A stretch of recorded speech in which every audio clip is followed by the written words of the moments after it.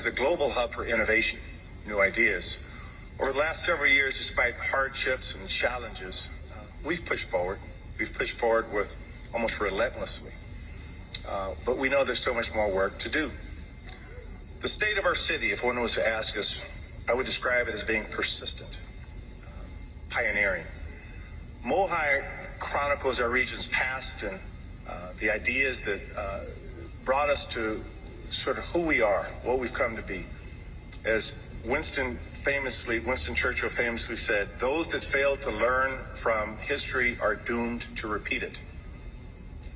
You know, my wife sort of reminds me of that every day that I tell her I want to play basketball, come home with stitches and a hurt back. The lesson there being is we have to learn from our history. Since Seattle was incorporated over 150 years ago, we've gone through change and crisis, and each time responding with focus and ingenuity, with collaboration.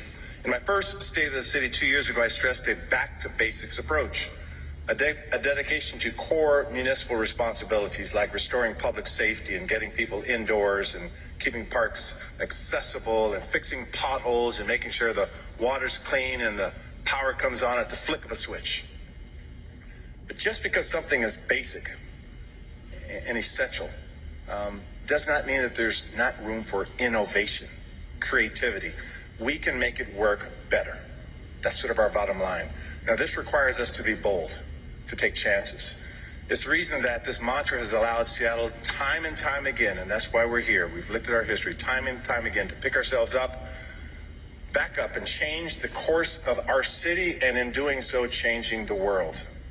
You've heard me talk about that before. It's why our city punches way above its weight with companies